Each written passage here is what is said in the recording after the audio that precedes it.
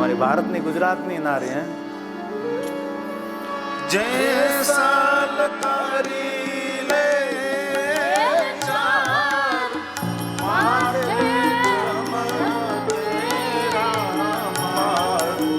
सपना जेवो छे संसार भोळे राणी करे छे पोकार आवो ने जे सगराया पर प्रेम थकी मળી जी रूड़ा संग होई ત્યાં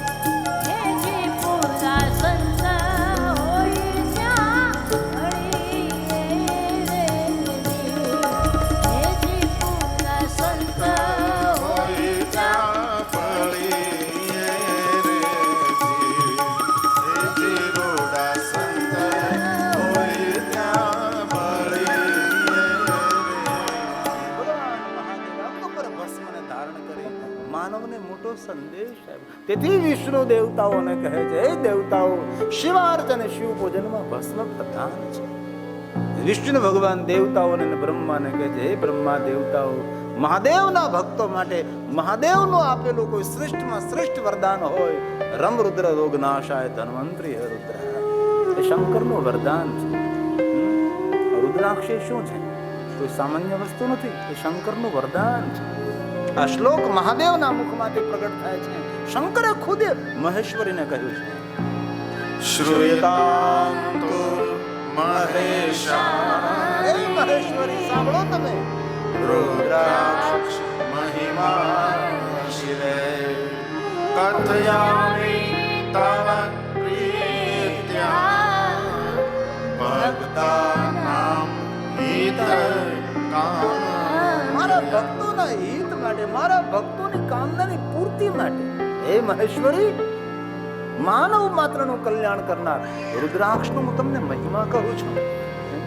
જે શંકર ભગવાન બોલ્યા છે શિવ પુરાણની અંદર, અને સુત પુરાણી પ્રયાગ તીર્થમાં કહે છે, હે મહાત્માઓ, શંકરને કોઈ પ્રિયમાં પ્રિય વસ્તુ હોય તો રુદ્રાક્ષ છે. તેથી ભગવાન શિવની પૂજામાં રુદ્રાક્ષ ભગવાનને ચડાવવા પડે છે. રુદ્રાક્ષની માળા મહાદેવને અર્પણ કરવી પડે છે. રુદ્રાક્ષનું દર્શન કરવાથી, સ્પર્શ કરવા માત્રથી માનવ પવિત્ર બને છે. જગતને પાવન કરનાર, માનવ માત્રને પવિત્રતાનું દાન કરનાર જો કોઈ શંકરની ભેટ હોય એને કહેવાય રુદ્રાક્ષ. અક્ષમાલા, રુદ્રાક્ષનું બીજું નામ છે અક્ષમાલા. રુદ્રાક્ષની માળા આંખોમાંથી પ્રગટ થયેલી ઔષધિ ઈતિ માળા અક્ષમાલા. સુત પુરાણે બોલે, ધ્યાન દેના તમે થોડી મિનિટો માટે. શિવ પ્રિય તમો રુદ્રાક્ષ પરમ પાવનમ દર્શનાથ સ્પર્શનાથ જપ્યા સર્વ પાપ હર.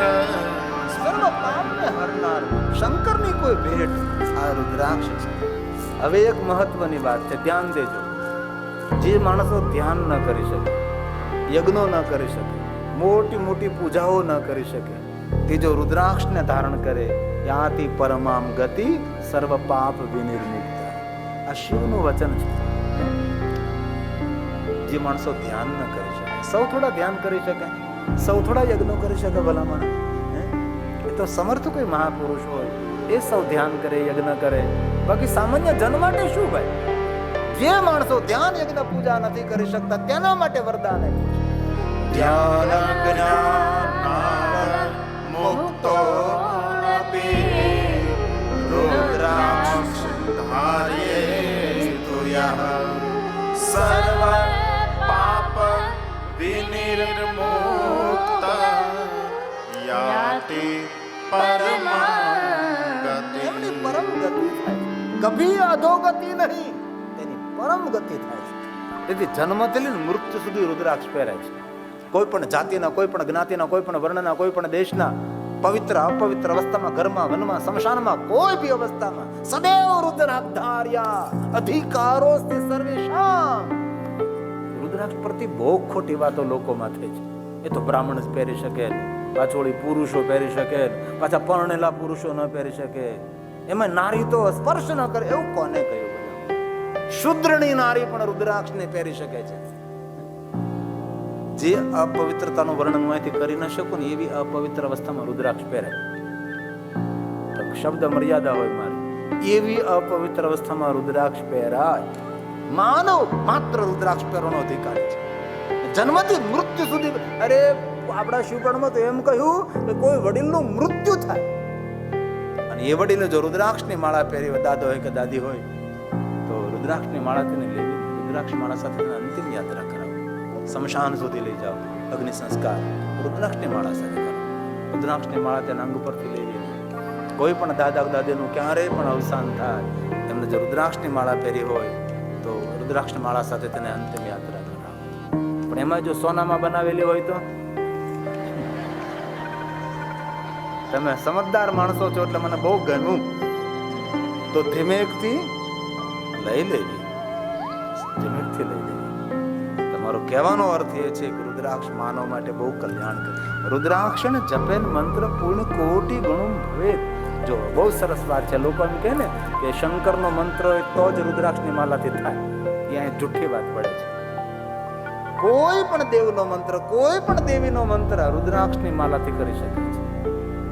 જ્યારે એ મંત્ર રુદ્રાક્ષની માલાથી કરો ત્યારે મંત્ર કોટી ગણું ફળ આપે છે. કાષ્ટની માલા, ચંદનની માલા, તુલસીની માલા, મોતીની માલા, સ્ફટિકની માલા, પૂરી માલા, સર્વ માલાઓમાં જો કોઈ રાજા હોય એ છે રુદ્રાક્ષની માલા. રુદ્રાક્ષની માલા છે. અને આગળ એમ કહ્યું 10 કોટી. એક રુદ્રાક્ષની માળા પહેરો ને બીજી માલાથી જપ કરો તો કહ્યું 10 કોટી ગુણમ કોણમ ધારણ. એક રુદ્રાક્ષની માળા પહેરો અને બીજી રુદ્રાક્ષની માલાથી જપ કરો તો એ મંત્ર 10 ગણું અધિક ફળ આપે છે.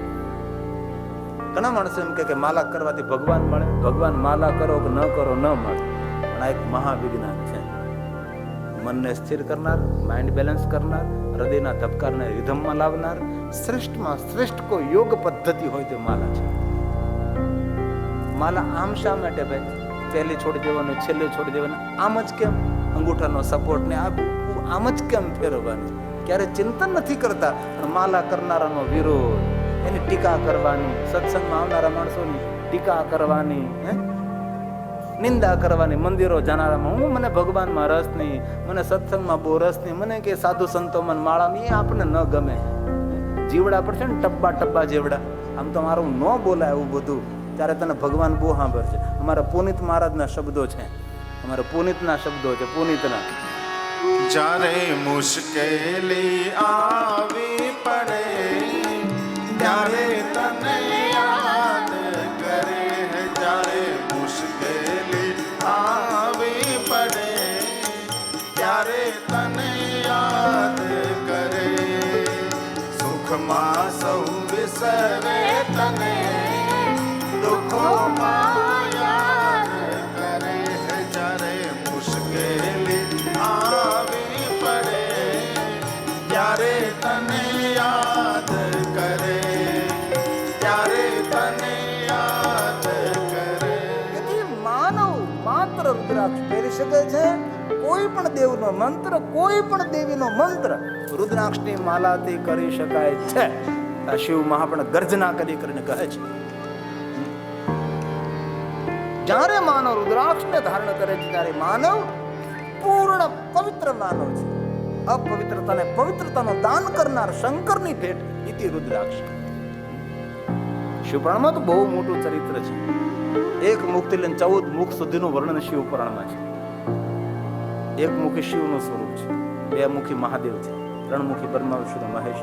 વિદ્યાર્થીઓ માટે ત્રિમુખી રુદ્રાક્ષ શિવ મહારાજ શિવપુરાણ કહે શ્રેષ્ઠ છે.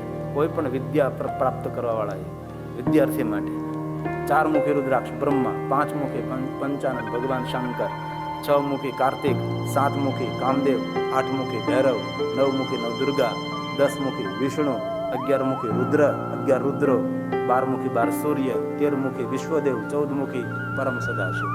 શિવપુરાણમાં 1 થી 14 છે. કોઈ પણ રુદ્રાક્ષ કોઈ પણ માણસ 24 કલાક પહેરી શકે છે. તેથી રુદ્રાક્ષ પહેર. અમારે સૌરાષ્ટ્રમાં એક નિર્દોષન નામના સ્વામી છે, એમને રુદ્રાક્ષ ઉપર પૂરી બુક લખી છે, કઈ રીતે રુદ્રાક્ષ પહેરવું જોઈએ. એમને તો એવું કહ્યું તેની બુકની અંદર કે જે બહેનો પોતાના મંગલસૂત્ર સાથે રુદ્રાક્ષ પહેરે, જિંદગી પર તેને મંગલસૂત્ર કાઢવો ન પડે. અખંડ સૌભાગ્ય, અખંડ સૌભાગ્ય રહે છે. હવે તો હું તમને કહું, ભારતની અંદર જે જરૂરિયાતની દુકાનો છે બધી સોના ચાંદીની, આટલા બધા આભૂષણો રુદ્રાક્ષના મળે છે. નાભીથી ઉપર પહેરી શકાય રુદ્રાક્ષ, નાભીથી ઉપર પહેરી શકાય છે. હમણાં મેં જોયું કે ઝવેરીની દુકાનમાં કંકણ રુદ્રાક્ષ, સોનામાં રુદ્રાક્ષ, હારમાં રુદ્રાક્ષ, બુટ્ટીમાં રુદ્રાક્ષ, કેટલા કેટલા રુદ્રાક્ષ. પેલું અહીં કડે ટીંગાડવાનું આવે એમાં રુદ્રાક્ષ, અકલ બગરનું બક્કલ એમાં રુદ્રાક્ષ, માથામાં મારો એમાં સુંદર મજાના રુદ્રાક્ષ. એટલે સુંદર રુદ્રાક્ષના આભૂષણો મળે છે. તમને એક અંગત વાત કહું કે હમણાં મને એક રુદ્રાક્ષના મોટા વેપારી એમ કહ્યું કે બાપુ રુદ્રાક્ષ હવે મળશે ને. કેમ? ચાઇનામાં જવા લાગ્યા છે રુદ્રાક્ષ. બધા એ લોકો ખરીદવા લાગ્યા છે. અને એ લોકો સોનામાં રુદ્રાક્ષ બનાવે છે, સુંદર સુંદર સોનાના કાંડા બનાવે છે, રુદ્રાક્ષના અંદર ફિટ કરીને. આટલી બધી રુદ્રાક્ષ સાથે સોનાની વસ્તુ ત્યાંથી બનીને આપણા ભારતમાં આવવા લાગી છે, આપણા ભારતમાં આવવા લાગી છે. આટલા બધા સોનાના આભૂષણો મળે છે કંકણમાં રુદ્રાક્ષ. કારણ કે રુદ્રાક્ષ કોઈ મનને ઇફેક્ટ કરે છે, જરૂર જરૂર કોઈને કોઈ રીતે, કોઈને કોઈ રીતે. તેથી આપણા શાસ્ત્રોમાં આ બધો મહિમા એટલા માટે, તેમાં કઈ તથ્ય છે ભાઈ. બોરના ઠળિયાનો મહિમા કાને દેખાડ્યો, બિલુ વૃક્ષનો મહિમા ગાયો, બાવળનો મહિમા નથી ગાયો. પીપલ વૃક્ષનો મહિમા ગાયો, વડલાનો મહિમા ગાયો, ઉમરાનો મહિમા ગાયો, આમ્ર વૃક્ષનો મહિમા ગાયો, આસો પાલવનો મહિમા ગવાનો. આપણે શુભ પ્રસંગ હોય તો એના પાન બાંધી આસો પાલવ, અથવા આંબાના પાનનું તોરણ બાંધીએ. શુભ પ્રસંગ હોય કેળના સ્તંભ ઉભા કરીએ. એમાં કઈ તથ્ય છે. અને શંકરના જે નૈવેદ્ય અર્પણ કરી તેની અંદર આપણે ભગવાનને કેળા અર્પણ. કેળા શા માટે ભગવાને? એપલ કેમ નહીં, કેળા કેમ? કારણ કે કેળા એક શ્રેષ્ઠ ઔષધિ છે. કેળા શ્રેષ્ઠ ઔષધિ છે. કોઈ પણ બહેનો ભોજન કર્યા પછી 1 અથવા 2 કેળા ખાય, એનું રૂપ કોઈ દી અસ્ત ન પામે. કોઈ પણ બહેનો ભોજન કર્યા પછી સવારમાં સવારમાં તમે ખાઓ, સોના જેવું કામ આપે. બપોરે ભોજન કર્યા બાદ ચાંદી જેવું કામ આપે. બહેનોએ ભોજન કર્યા પછી જો શરદી કફ ન હોય તો, દમ શ્વાસ ન હોય તો જરૂર કેળા ભોજન કર્યા પછી માણસ માત્ર ખાવા જોઈએ. બહેનો માટે ખાસ, કારણ કે બ્યુટી પાર્લરમાં ઓછું જવું પડે. જરૂર ભોજન કર્યા બાદ કેળા ખાવા જોઈએ. કેળા ખાવા જોઈએ. ઘણી બહેનો કેળા ખાતી નથી, કેળા ઘસે. કેળા ઘસવાથી નહીં, ખાવાથી. માણસ માટે બહુ. તો આ બધો મહિમા વિજ્ઞાન તથ્ય છે.